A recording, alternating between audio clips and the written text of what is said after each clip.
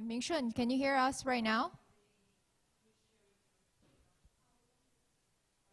Ming-Shun. Yes, we can, Sherry. We can hear you very well. Perfect. Can you also try to turn on the camera for us to see what's like? 你看一下那个你的屏摄像。Can we project them? Oh, okay. Yes, perfect. Yes. Yes, we can see each other. That's perfect. Thank you guys for great teamwork. Yes. Sherry, Sherry, I think the light is a little bit dark in your room. Is the light okay? Maybe put the camera down a little bit. 把那个镜头是不是放低一点，然后可以多一点上半身 ，a little bit more upper body maybe for the image。对，就是可能不用垫那么高，稍微就是那个屏幕可以显示到它这个，能显示到你胸以下吗？这边吗？贺芳？可以。对，这样子好像好一些。对，把你的校服也露出来，我觉得这样子会好看一点。好的。我这边发，我也可以把视频发给你，你看看这边你觉得怎么样哈？我觉得这样是不是好一点？对，我觉得这样是不是好一些？我发到群里面，你们来看一下效果。好，没事，你就不用我来管这个群就行。我就搞你们。Yeah. Okay. Do you think this is good? Yeah. 好，这边没问题。好，我们的技术测试就先到这里，然后等一下我们9点半准时开始。那行，那我们现在退出一下是吧？Do they need to exit right now? Yes. If she want to, she can hear all the presentation and participate. OK， 不用退出，你们就是不用，现在就是静音就可以，可以先看看前面的那个展示，对，然后等一下会 cue 你们，然后你们开麦、开那个摄像头什么的都行。好，谢谢。没事，辛苦了，辛苦了。Perfect. And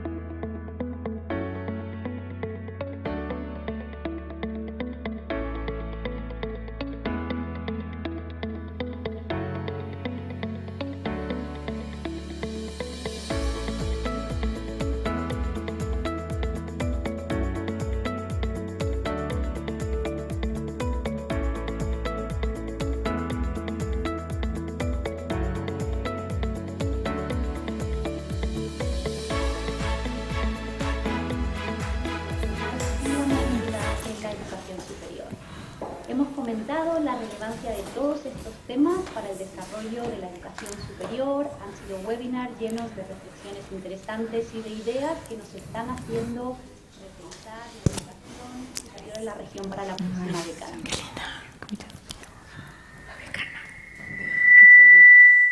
It's already on. Yes.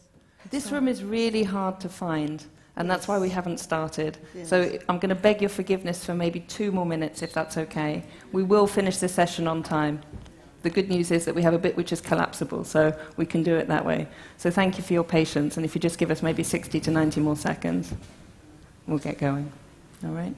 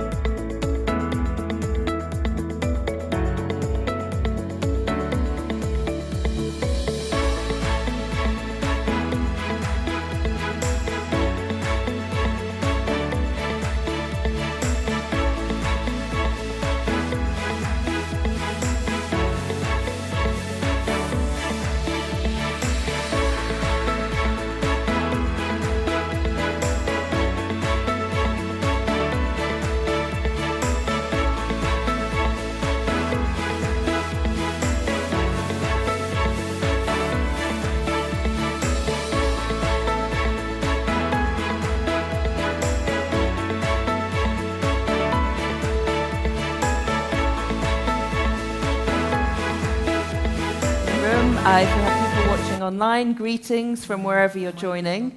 We're now on the second day of UNESCO's third World Higher Education Conference, and on behalf of UNESCO's International Institute for Higher Education in Latin America and the Caribbean, we're really thrilled that you could join us for our session today on transforming the futures of higher education.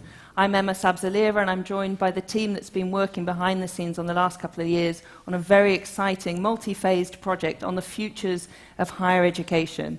And the aim behind this project has been to stimulate creative and imaginative thinking and ideas about the futures of higher education to 2050 and beyond. What we're not going to do, though, in this session is tell you what that future looks like. What we are going to do is help to create a space in which we can collectively bring up some of that imagination and creativity and think together about what those futures might hold and what steps we can take to get there. So we're going to run this session in a few different ways. So we're going to very briefly introduce you to the work that we've been doing over the last couple of years in the context of UNESCO's Futures of Education initiative.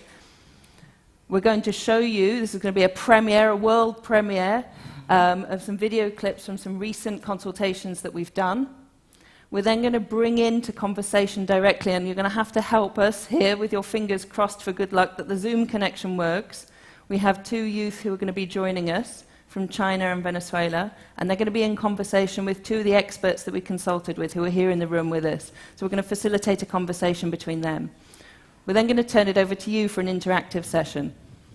And we'll talk a little bit more about as we go along. And then we're thrilled that Sobi Tawil has been able to join us from the Futures of Learning and Innovation team at UNESCO headquarters to give our closing remarks today. So we can move the next slide. Yeah. So, as I mentioned, the Futures of Higher Education project has been undertaken within the context of UNESCO's Futures of Education initiative, which I know Sobi is going to talk a little bit more about. But just to contextualize the work that we've done, and the contribution that higher education, we hope, will make as a key lever and catalyst in this new social contract, which the Salawork Commission report that was published in November last year envisages. And I just want to emphasize here that we're using futures in the plural, and those of you who are at the very important roundtable yesterday on the futures of higher education will also have heard this discussed, because that emphasizes, we think, that there are multiple promising paths as we look ahead beyond this year and the years to come. So I'm going to turn to Lily, who's going to briefly outline how we did the project at IESALC. Great.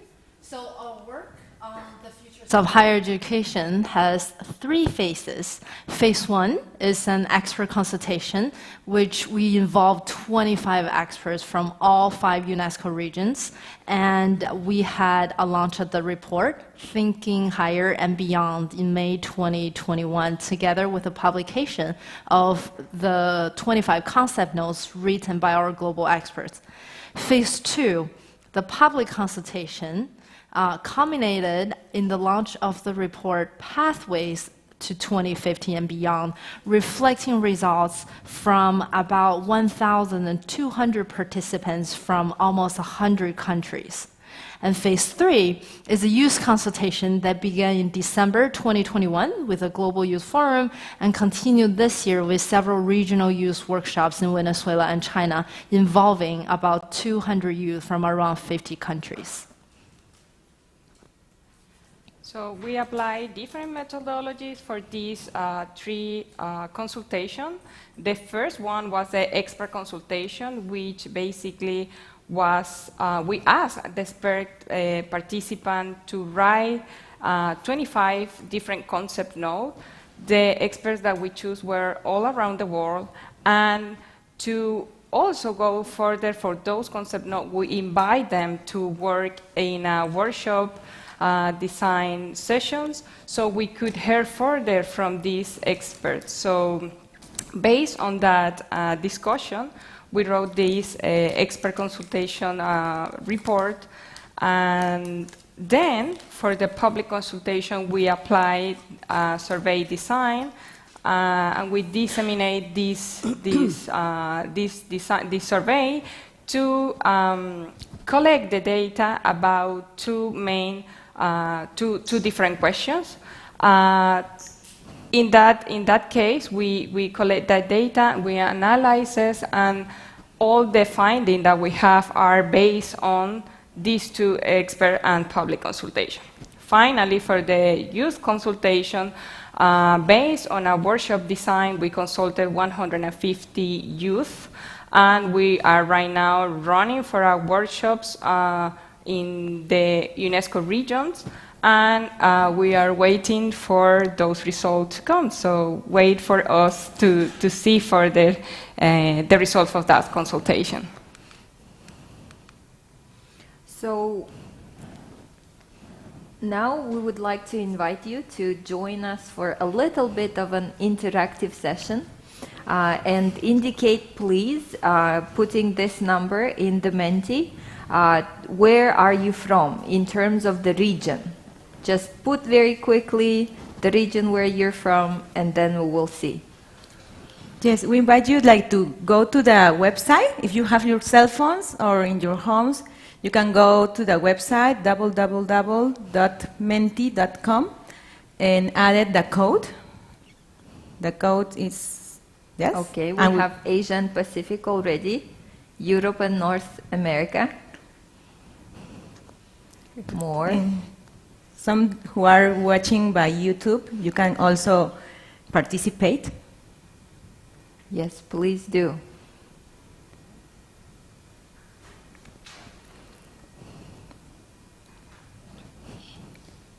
We have put the 5 regions that we also put in the public consultation. So that's why it's going to be interesting. How are you now participating? And this is so exciting to see the chart moving.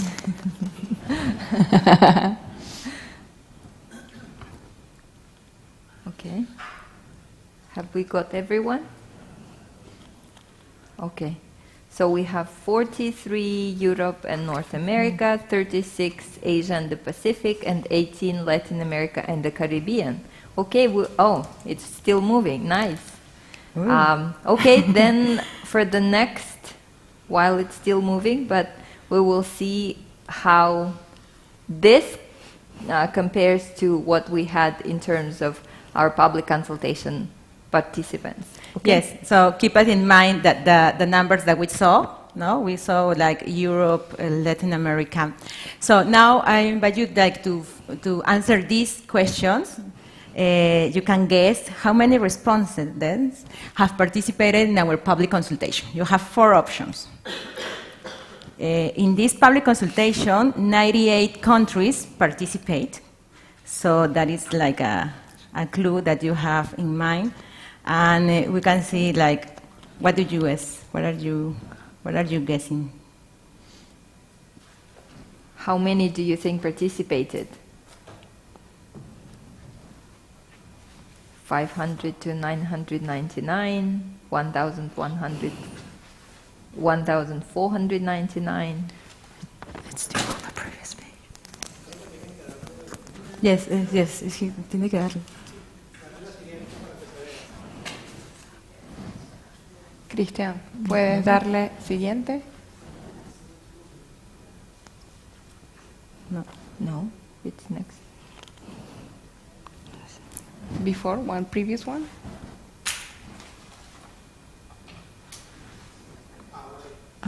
Yes. Okay, now Moving. Now it's moving. Yes. Wow. So let's. Interesting. Yes. Can you guess which little ball is, who is rolling which ball? Okay, good. So let's see. Let's compare. Let's compare with the following slide, and let's see how was the results in the public consultation.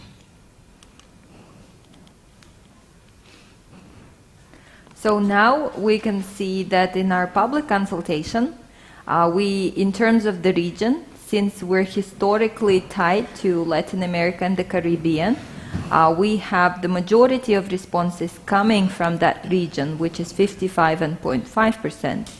The next big region was Asia and the Pacific with 25.6%. Then we had Europe and North America. Africa and the Arab states were a little bit of under 10%. So, and when we remember previously who is represented in here, I think we had Europe, yes, as yes. If we go back, okay, 2 slides. Let's go forward. Let's keep going. Yes. Okay. All right. Europe and Latin America. So, and now we invite you to very quickly, with not much thought, to think what is your main concern for higher education in 2050 in just one word. Very quickly.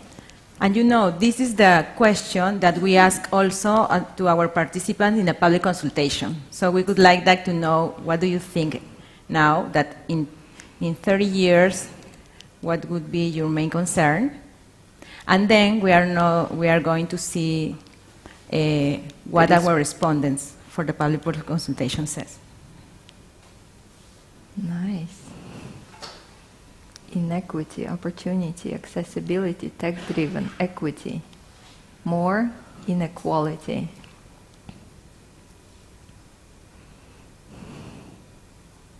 Our youth who are also connected, they can also participate if they want to.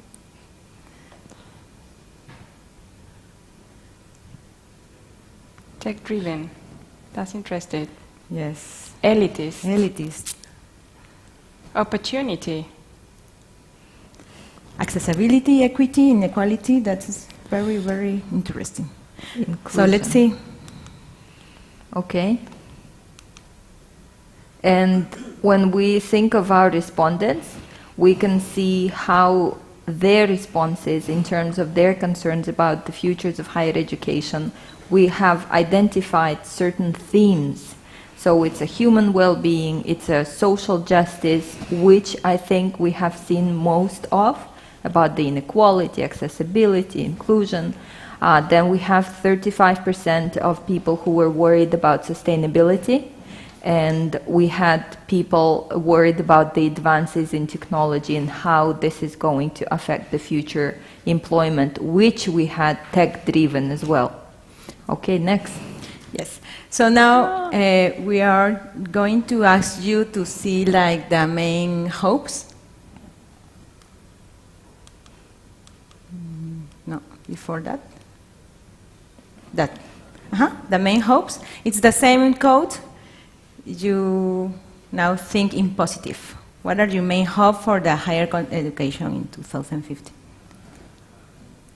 And I hope that some of you say technology is your main hope, but judging by how it's going so far, that might actually be one of the concerns that we raise. Yeah.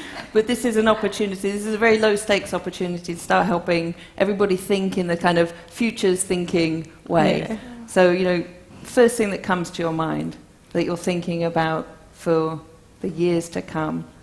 Interesting. Opportunity comes up here as well. And accessibility.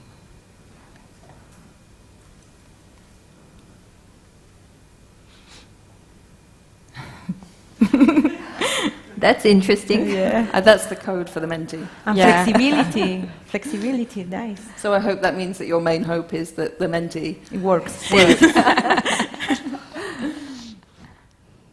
Tech-driven. Social justice. Right. We saw that. Down to our curriculum. Nice.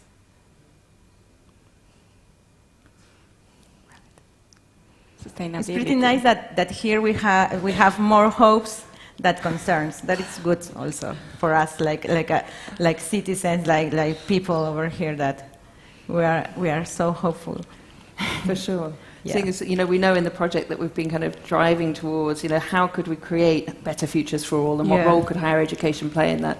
And that's not to say, of course, is it that we have to overlook things which should, you know, not be continued forward, or the concerns, absolutely. But it's about driving towards, you know, that sort of normative vision that you're laying out there. Yes, absolutely. Totally. Very good. We're also planning, aren't we, to leave the Menti open for a little bit, and then we'll publish the word clouds that come up on our site and on our social media, so we can have a look back later on. So let's keep going with this. Yes. Thank you. Yes. So we can match the numbers. I think that we saw the other, no? Yeah. So, but we can see that that numbers are also very, very similar. The worries, the hopes that people have for the future are pretty similar for now, that your worries, your concerns, your hopes. So that's pretty nice, because always like human well-being or accessibility or inclusion or social justice is on the top. That it's good, not only for higher education, but for the world. So thank you very much. So what we're going to do now is turn, so we just wanted to showcase a little bit about the public consultation that was run last year. We're going to turn now to the very recent youth consultation. We did a major series of workshops in December, and then more recently we've been able to do some in-person workshops. So Lily's going to talk extremely briefly about what we've done, but then we're going to show you some video clips, which I think is going to be quite exciting. So over to you, Lily. Thank you. So through the public consultation, we realized that youth participation was quite modest at about 20% of total responses. Yet the youth of today are the citizens of today and tomorrow, and hearing their perspective is very critical. That's why we're reaching out to global youth in the third phase in our work of Futures of Higher Education. And so far, we have already completed 10 online workshops with 150 youth in 50 countries, and 5 on-site in-depth workshops with youth in China and Venezuela.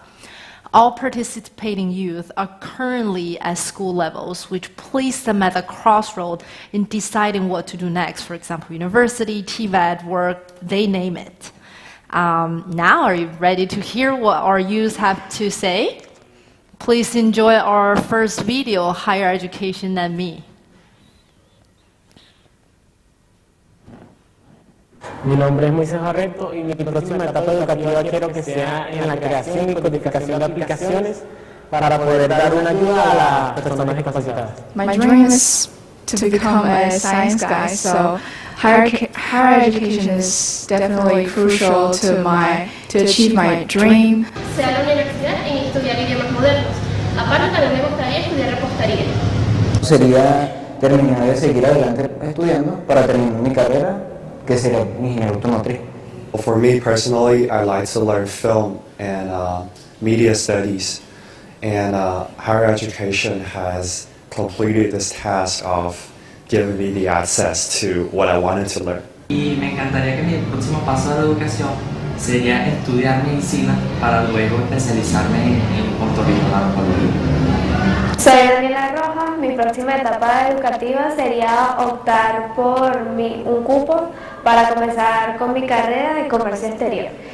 Sea la universidad, ya que tengo muchos proyectos. Pues me dan las herramientas y crear proyectos y así, entonces a medida que aprendemos podemos inventar cosas nuevas y que crezca la creatividad.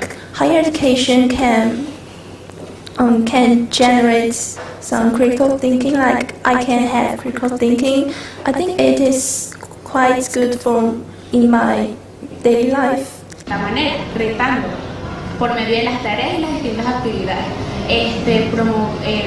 motivándome a dar más de mí. I think how higher education can help me is by providing a platform with valuable resources, which contains the cutting-edge technologies and knowledge to help me with my future researches in the field that I want to study. Así nos permite tener un buen conocimiento y que nos permita crecer y ser buenos ciudadanos. Higher education is not only teach me many new ideas or new knowledges, but it also provides a platform for me. I can know many great people, great students or great teachers. Además me ayudará a cultivar cualidades que me ayudarán a enfrentarme a las dificultades que se me presentan en el mundo. Higher education as like the link and that which can help me to learn the top of our human knowledge. And at that time, like when I learn like the top of human knowledge, I know like the scarcity of our society and community. I know which is what our society is lack of. And at that moment, I can develop and make some changes by using my academic skills and techniques. And I will make some changes. Mejorar mis conocimientos, mis habilidades para así formarme y poder entrar al campo laboral. Higher education can make me get in a good university in the world, so I can find a job fit me, and I can achieve my goals. Higher education can let me to get more knowledge, and I think this is a foundation. La cual me servirá como base para lograr mis objetivos en el futuro. So it was amazing hearing what our young people hope to get into in their very own future, further shaping themselves as individuals, as well as contributing to the society in various ways through higher education. Now let's turn back to them again and see what their hopes are for future higher education. My biggest hope for future higher education is that it will provide equality around the globe for all kinds of students with different cultural and social background. And I would like the future higher education to be as rigorous and inspirational as it is now, but also provide a more diverse and vigorous environment for students. Me gustaría que hubiera más oportunidades. Lo que más deseo para el futuro es que la educación llegue a todos lados, formando nuevos chicos y chicas que tengan la necesidad de crear un mundo mejor. I hope the future higher level education will become more wide with more diversity and more welcoming for more people to join. La educación sea de calidad, accesible para todas las personas y que el gobierno apoye a todos los estudiantes y a los docentes. Sea igualitaria para todos, que lo que se ve en una universidad privada también se vea en una universidad pública. Sería que pudieran tener muchas donaciones, mucho apoyo profesional para que puedan apoyar a todas esas personas que lo necesitan. I hope higher education will not be limited to classroom and other educational institutions. It should happen outside our class and be considered as a lifelong investment in one's acquirement of freedom and happiness. Quiero que la educación futura se adapte a las necesidades de los estudiantes y todas las necesidades globales que existen. In the future, I hope teachers not only are proven to teach quality courses, but are also influence students and give them the right values that students can carry on with them for their whole life. Que se valore más el trabajo de los docentes.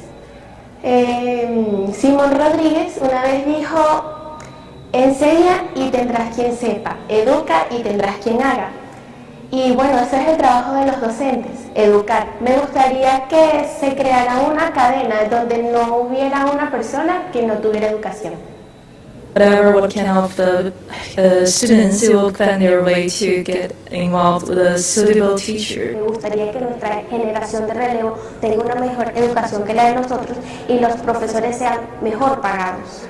Creo que la educación superior ayudaría a las personas a ser capaces de tomar buenas decisiones. Higher education could have more value and more quality and produce innovative and new ideas. Que haya mucho más tecnología para una mejor educación.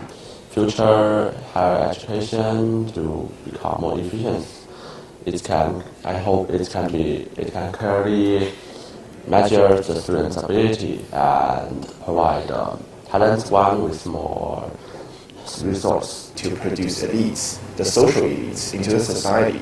And through the competition and cooperations between these elites, more valuable discoveries and new findings will be produced, which can definitely benefit the whole society.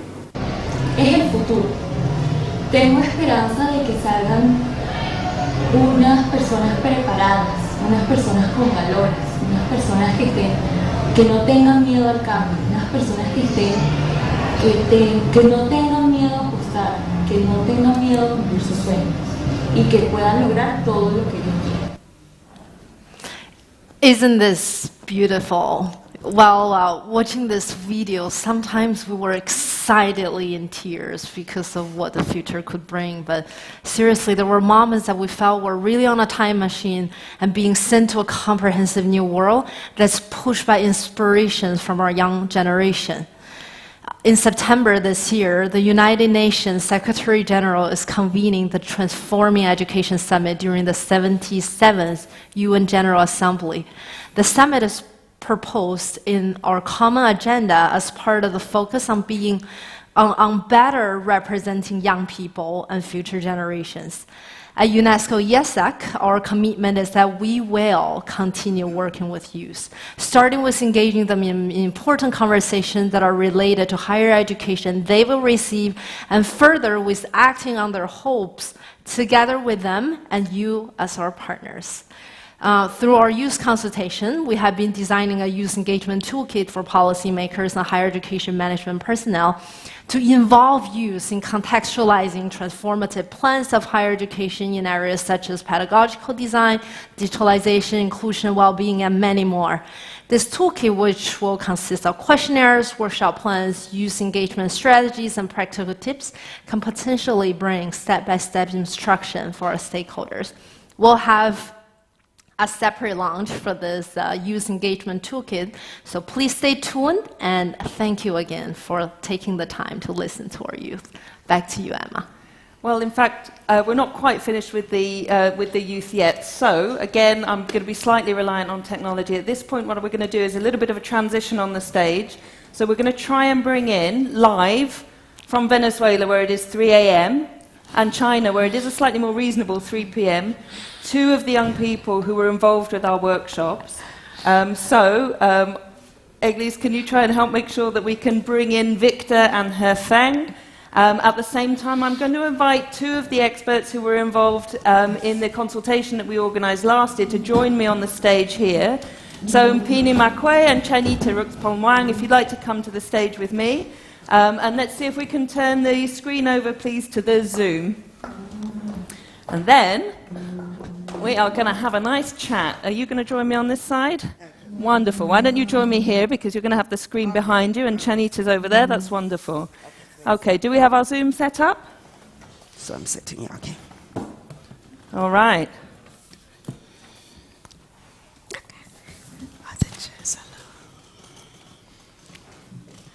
Hefang, are you there? Hi, I'm here. Want to see Hefang there?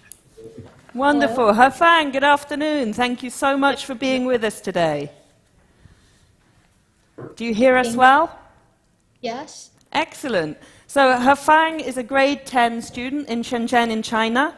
She likes swimming, listening to music and reading because they help her relax and calm down. She enjoys learning different languages and hopes to be proficient using more than one in just a few years from now. And I'm hoping perhaps also we have on the line, do we have Victor on the line?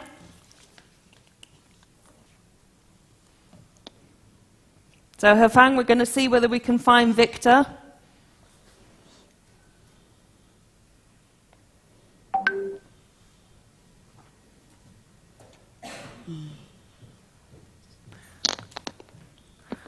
Oh my God. So there we have Victor as well. Wonderful. Victor, very good morning to you.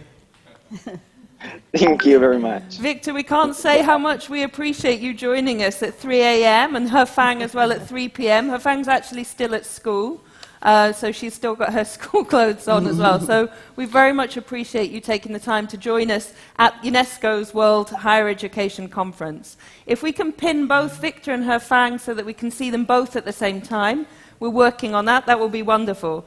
So Victor is in Caracas in Venezuela. He's in his last year of high school. He's got lots of different interests, from music and dancing, gymnastics, geography. So he defines himself as a very multifunctional person.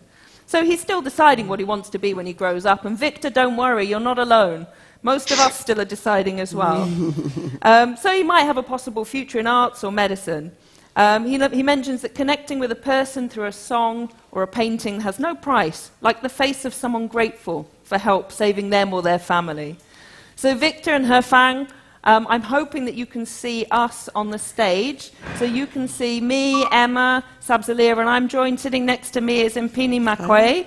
Mpini is the Commonwealth of Learning Chair in Open Education Practices and Resources and a research professor in open distance e-learning at the University of South Africa. She's actively involved in distance education associations nationally, regionally, and internationally as a member of the University of the Futures Network. Mpini is a sought-after scholar. Indeed, you will have seen her on the big stage on the Futures of Higher Education Roundtable yesterday. She's published extensively in technology-enhanced distance learning and related fields.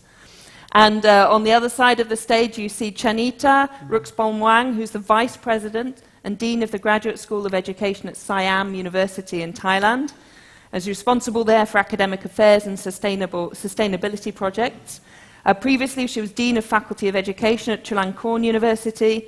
She's also an Associate Fellow of the Royal Institute and a committee member of multiple organizations, in fact, and internationally has served twice as President of the Comparative Education Society of Asia. So the four of you joining us are very esteemed colleagues. So I'm going to try, just from the side here, to help moderate a bit of a conversation between the four of you. So Victor and Hefang, let me ask you a question first. And this is something that I know in the workshop that you participated in recently that you also reflected on.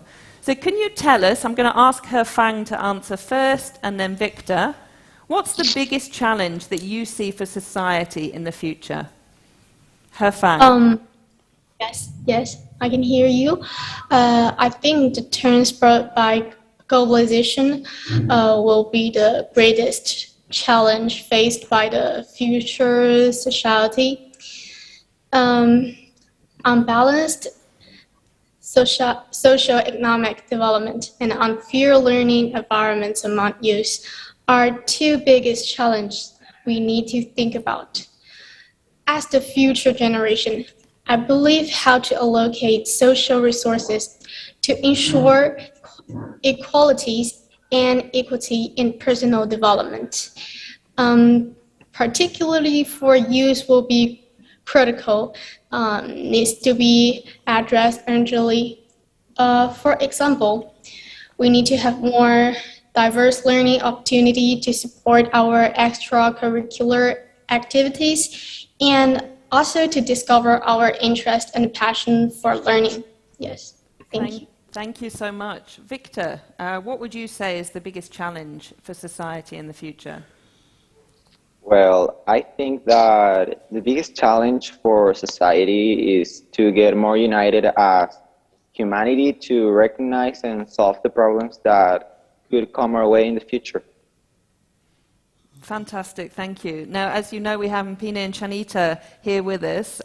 Victor, I think you have a question for the panelists who are in the room with us. Over to you, Victor. What steps do you think higher education institutions can take to respond to these challenges? Excellent. So, Mpine, would you like to respond? Thank you so much, Victor. Thank you, Hefang, for joining us and sharing your ideas about the future. And this is what we are looking for. And I'm quite thrilled and listening to the videos from other young people talking about their future. It gives me hope, because where we are sitting, we usually are not as hopeful as you are, and I'm glad that you are hopeful. And I know you will be in your 40s, I think, in 1950s. 2050. In 2050, sorry, in 2050. I'm talking about my age now. And probably I'll be around, I won't even be hearing at that time, or if I'm around, I won't hear, I won't even see properly. But you guys, this is your world.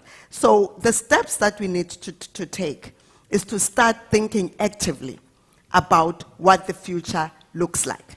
And you need to, those images that you have of the future, you need to capture them and systematically think about them and put them out there so that people understand that the future is bound to happen. What happens is that we are normally filled with images of the present and things that are not working out in the present. And we forget to look at the horizon, the 2050, what the 2050 will look like. So there is a way, and there are steps that we need to take to start thinking about the future. We start with visioning what the future would look like. Victor, you are talking about the future that unites humanity. It's a good future that all of us must think about, and how higher education can reach to that future. You are talking about the issues of environment, Hefang, and the economic resources that are needed. That's a very good vision that we have to start with. And once we have that vision, then we can have how to reach there. Unless you have that vision for you, then you are not going to be able to start with the steps of getting there. You need to have a particular common goal that you want to reach. And that's a vision for your life, and that's a vision for education in general, and also even questioning the assumptions that we have about higher education. Is the courses that I'm taking assisting me to unite humanity? If not, what is it that needs to be done in order for me to reach that goal? So I think there is a system. It's a systematic way of thinking about how the future should look like, not just your image, but also the steps towards that future. I think, thank you. That's wonderful. Thank you very much. Chanita, Yes. over to you. Thank you. Thank you. I'd like to thank both of you to visioning the futures of our world, because you are our future. And I think in the future, it is the main task of the higher education to help your dream come true. And in doing that, we might need to redesign the way, the learning modes, and how we restructure our institution to make your dream accomplish. You mentioned something about reallocation of social resources and how we can help you, the dream, and your ability to make the best of your ability to come true. So I think not only the institution, higher education as institution, I think everyone in higher education, especially administrators and professors, instructors, also have to reform themselves and understand and have a vision of what the future generation will want to be. So I think most the one important thing that we have to look for higher education is to rethinking about who we want to nurture from higher education. You mentioned something about in the video. Some people say that they want to produce some elites, but I think maybe we have to produce various graduates. Some people might want to be the I person. I person is experts in one field, but I think because as Emma mentioned, futures in this project has S, so there are many paths of future. So there are not only one type of graduates. Maybe you need some T person, generalist, and specialist, and maybe M person is specialized in many fields, or even a dash person, generalist. Because I think in the future, the profession and job might change, will not be the same as today. And you might need a lifelong learning skill more than today. Chanita, thank you, and thank you both. Victor, great question. Let me ask you both again. Hefang, again, let me ask you to respond first, and then to Victor. So, I asked you first to think about a kind of broader societal challenge, and we find when we're thinking about the futures, it's often helpful to start with that kind of broader picture. Where are we today? What might that picture look like in the future? But now let's try to paint in a little bit. And think perhaps a bit more specifically about the role of higher education. So let me ask you, how do you think higher education could be better for everybody in whichever future scenario that you have painted in your mind? Hefang, what do you think? I think higher education is not only a pathway to better learning for professional skills, but also provides us a roadmap for personal development that leads to better jobs and better living opportunities. To improve the future higher education, we need to first strengthen international exchanges. This will enable youth to be aware of diverse cultures and knowledge. Second, we need to enhance the capacity of teachers. Teachers serve multiplies role in their interaction with youth can have a huge impact on them. Finally, there needs to be a reform on higher education system itself. We need to reconsider the purpose of higher education. Instead of focusing learning content itself, shift focus to areas that enable students to learn, grow, explore, and reflect internally, so that they will have the crucial skills for whole person development. Wonderful, thank you very much. And Victor, let me ask you the same question about the role that you think higher education could play, or that you think how we could make higher education better for all in the future.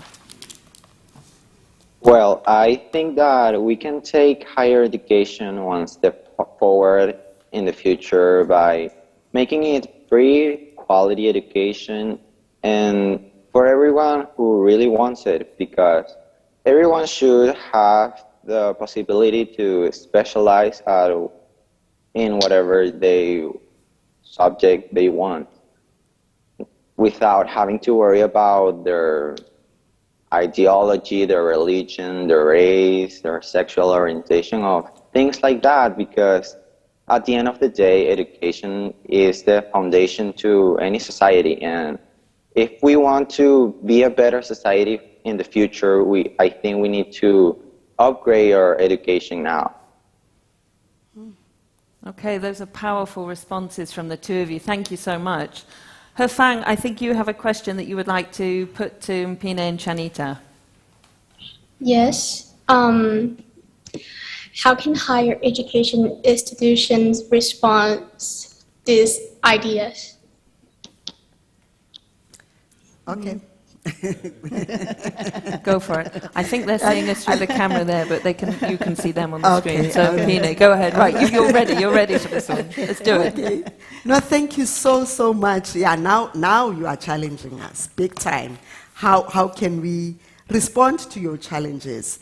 I think we need to start by looking at what is it that we are doing. What are the dominant images that we are working with, and how did we get to these dominant images that we are working with, in order for us to bring in the images that you have of the future. So the past has impacts on the present, and the present is likely to impact on the future. Now, I heard you very well when you were talking about issues of personal development, because that's what you want higher education to do for you. And in terms of getting jobs and all that, it's skills orientation, but also personal development in general, your value system, the humanity, and how that works. And the other part, you were talking about strengthening diversity, and probably it's not what we are doing very well at this point in higher education. It's still that elite system that Victor alluded to, that we need to move away from. And yes, all these things that you are mentioning, the issues of enhancing capacity of teachers, so that teachers are aware that they are teaching have fun, they are not teaching themselves. Because what is happening in higher education is that we continue with the way we were taught, we continue with the way we teach, because that's what we were taught.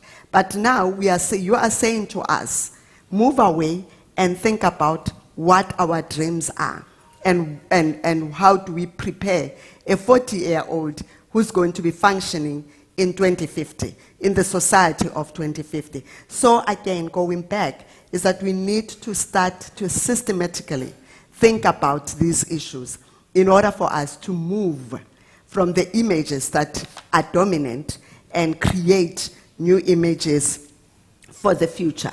And quality, really, it's an important option, because quality is about the fitness for purpose. So if education is not doing what it's meant to do, then it's not quality education. If the education system, as you have mentioned it, Victor, it doesn't unite humanity, then it's not what it's supposed to be doing. So that's why I'm saying there is a way that we need to start questioning the current assumptions about education in order for us to see what is it that we can take forward and what is it that we can leave behind. And I think with those, and thank you so much for these inputs, because they are very, very helpful. Thank you. Well, Janita. Yes, thank you. I'm very glad to hear that you mentioned about unity. This is very important right now and in the future as well. And you mentioned about international understanding. I think it's a good point. That one thing that I like to mention, that I'm very glad to hear that, because you are the one who are going to make the future. And another thing that I like to respond is that you mentioned something about accessibility for all. I think that's the main function, but not only the accessibility, I think it's the quality. And the quality might mean different things for each one of you. So I think in the future, both professor, teacher, and students has to work together, and maybe have to become a life designer for each of you. They understand what you want and help you decide what you want to learn and accomplish what you want to be. And that's the main task of the university. And another thing that I like to hear from you is something about humanity. I think it's the most important issue, and it is our work between teachers and students to work on how we can nurture human In the past, the 3S will start with head, hand, heart. I think in the future, we should start with heart. Like in the expert consultancy, we mentioned about education with a soul. So that will be what we should do together to educate person with a soul for a better humanity. I'm slightly overwhelmed, actually. I think what we're seeing from here is, and today we just have time for this very brief conversation, but it's showing us, and Hefang, you alluded to as well, international exchanges. So I think we've been able to create a mini one right here, right now. And I hope that this is something that at UNESCO we can continue to facilitate, that you will all take actions in your universities and in your schools and in your communities to continue to bring people together, because it's only by coming together and learning about each other and starting to understand more about each other that I think that we can actually make some idea about collectively moving forward into futures which are better for all. Yes. So I want to thank all four of you. Again, the two of you who are able to be here, the two of you who are able to join. I also want to thank the teams at Aichi and then our office in Caracas, at the IESALC team in Caracas, for facilitating this as well. You know, we couldn't have done it without you. This has been a really fantastic segment, and I just want to say, you know, from the bottom of all of our hearts, thank you very much. This isn't the end, it's the end for today, but we'll continue the conversation. What we're going to do now, for those of us who are still in the room, is turn to sort of the next and the next part of our presentation. But for now, please join me in thanking our four expert speakers today.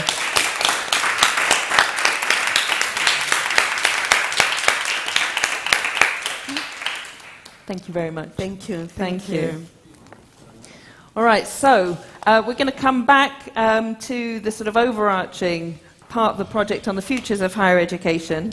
And just to bring together some of the findings from the project so far, we've developed this nice graphic that Eglis is going to very briefly talk through to you about. And then after that, we're going to get those of you who are in the room and who are joining online, it will be your turn to take up this call to be thinking about the futures. Eglis.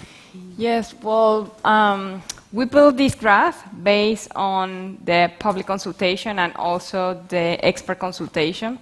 And when hearing for the people that participate in the public consultation and hearing for the expert, how do we see the future of higher education in 2050? And basically from those hearings, we know that higher education should be for all, but it also should be student-centered. Higher education in the future, in 2050, it is student-centered, with well-trained teachers and researchers, but also higher education should be flexible teaching and learning modalities, and it should be nurtured in an intercultural and epistemic diversity. It should be also active and innovative, responsibility for a common humanity, but also being aware of the well-being and sustainability. And finally, higher education should be connected at multiple levels. Higher education can do it if this is basically not happening. So, having said so, we are going to move to our next dynamic, and Emma will show us a bit of what we discovered for this. These are the call to actions for our report. Yeah, indeed they are. Thank you so much, Eglis. So that previous image we're calling the beehive at the moment. So that kind of brings together some of the findings. What we also saw in the public consultation, which is the one that we were talking about before as well, is that coming for that were some quite clear messages, which we were able to kind of bring together from people who responded. And we brought those into 6 calls to action. So you can see them on the screen here. Advocate for the right to higher education, address the barriers that limit participation, open up access to knowledge, empower the next generations, strive for higher education to be more relevant, and become a futures thinker. So we're actually going to zoom in on the 6th of those in the next sort of 10 to 20 minutes. We haven't got a lot of time to do it today. I feel that what we're able to share with you this morning is, you know, a real snapshot of some of the work that we've been doing. And we hope that we'll have opportunities to go into a bit more depth on each of those different areas. But you'll see, if you're in the room, we've just passed out a piece of paper to you.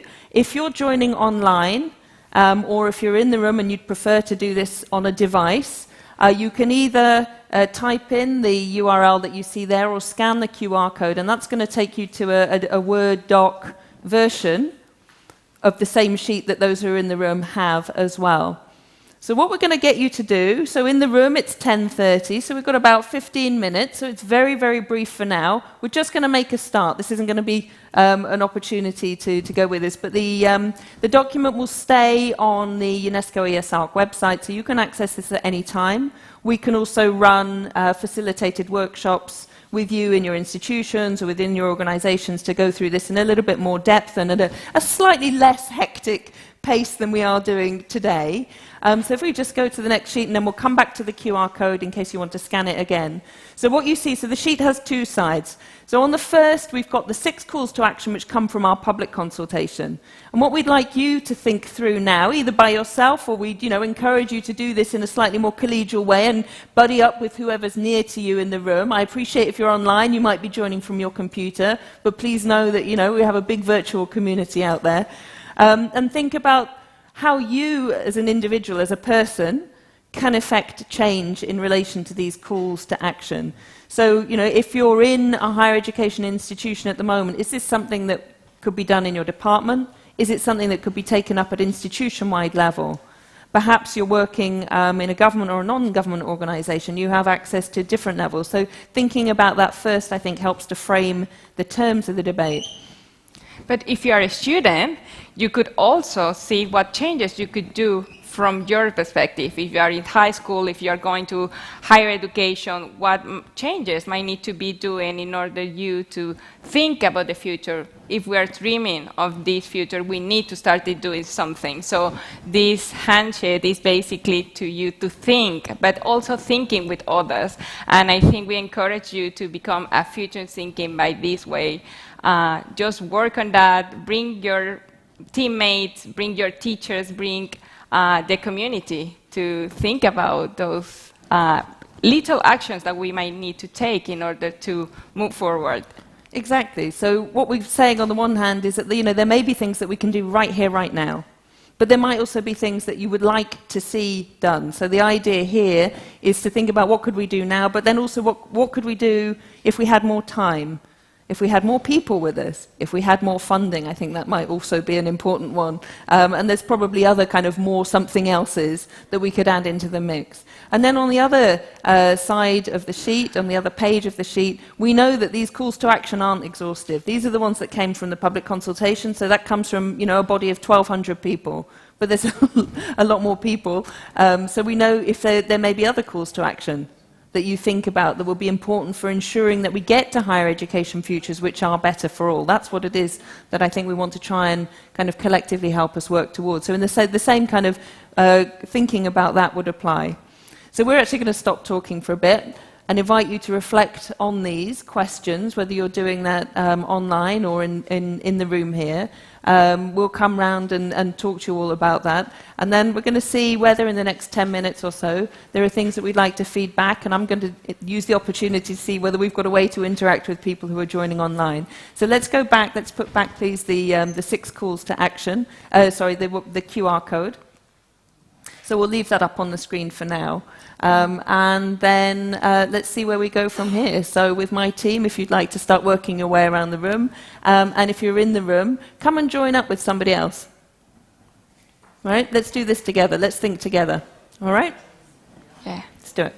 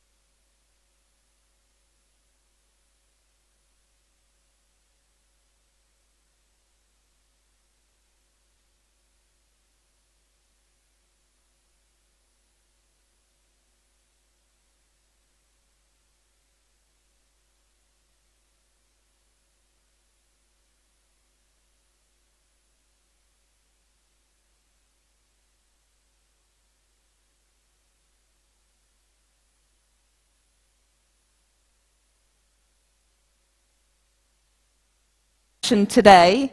So what we're going to do at this point is just ask you to sort of draw the current discussions to a close. But I hope actually it's been a slightly enjoyable opportunity to not just have a look at this idea about becoming a futures thinker, but also to talk to some other people who are at the conference. I think sometimes, you know, we fall back a little bit in conferences on the mode of whoever's on the stage is the person who gets to speak and who gets to know the stuff. But actually all of us bring many different perspectives and expertise into these sessions. So I'm really happy that we had a chance to look through that. It really is just a snapshot and an introduction to some of the work that can be done on the futures of higher education. Later today, Impina is going to be running a scenario development workshop. So I would encourage you also to come to that, where we'll also be able to have an opportunity to start to kind of get hands-on in thinking about how can we all take up this call to think about the futures of higher education. So we thank you very much for your engagement in that. And my colleagues are going to be able to stay on for a little bit at the end of the session. So if you do have any questions or if there's anything that you want to sort of talk to us more about, we'd be very happy to talk to you in that regard. I'm now going to invite Sobi Tawil to come and join me on the stage. And true to form, all of my notes have gone amok. So Sobi's the Director of Future and Learning and Innovation at UNESCO's education sector in Paris, and has very kindly agreed to give some closing remarks. I don't know whether you want to stand or sit. You know, we're a little bit flexible on this stage, so whatever's more comfortable for you. But thanks so much for joining us. So no, we thanks really a lot. appreciate you Thanks a taking the lot, time. Emma. I think I can remain standing. In which case, I'll get out of your way. No, thanks for an excellent session. I think the work, the project on the futures of higher education that IESALC is leading, and this phase on the youth consultation, youth dialogue, is an excellent example of the of what we need as part of the larger initiative on the futures of education. Some of you may have followed the plenary session yesterday afternoon. The futures of education has the report of the International Commission has a framing of a dual challenge if we look at education today. On one hand, we have continued exclusions, social, educational exclusions, persistent ones from the past. And at the same time, we have a set of disruptions on the horizon when we look to 2050. And for both of these reasons, we have to transform education. We usually say most of the literature and discussions about the future of education is the world is changing, education needs to adapt to the change. In the current crossroad turning point we're at, we need to shape that future. And that's where the futures thinking comes in. Looking at the 2050 horizon is not a typical foresight exercise, but rather, where are we heading on current trends? Where do we want to go, and where do we want to change some of these directions? And therefore, how can education help us do that? And higher education is key to that. Higher education is key to, and rethinking higher education is key to addressing the exclusions of the past, but also for preparing and shaping the futures we want. So that's really the idea of the transformation. I think someone mentioned at the very beginning, there is the Transforming Education Summit, which is coming up as part of a call by the UN Secretary General. This came initially from a visioning of our common agenda. It was a call to look long-term, to govern for the future and to think long-term. And the Futures of Education, the report of the Commission, is actually a key reference for that. And the hope we heard today from, and we hear in many places, among educators, if we don't have hope, and as young people, if we don't have hope, there's not much future to hope for.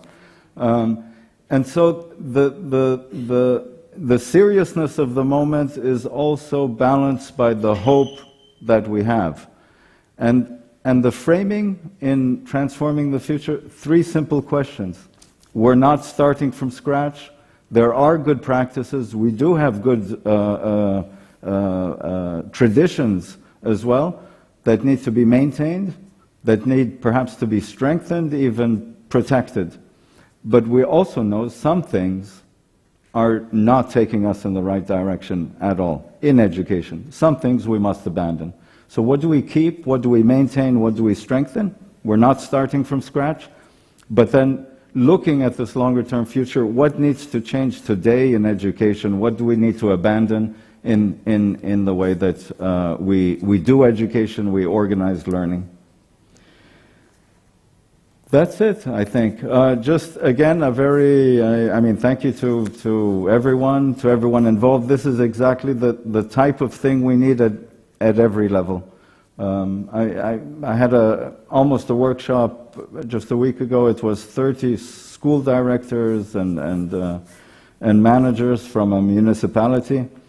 At the end of the session, they said, we have to do the same type of thinking. We have to do the same exercise within, with our colleagues in other schools, teachers with their in their classrooms, in youth groups, even at the level of administration. We need it. The social contract that was proposed as a framing in the Futures of Education is just a framing and an invitation to think together and to act together. And this social contract is intended as being inclusive. It's not a top-down social contract, but the fact that we need everyone involved, in particular students, in particular young people. Thank you.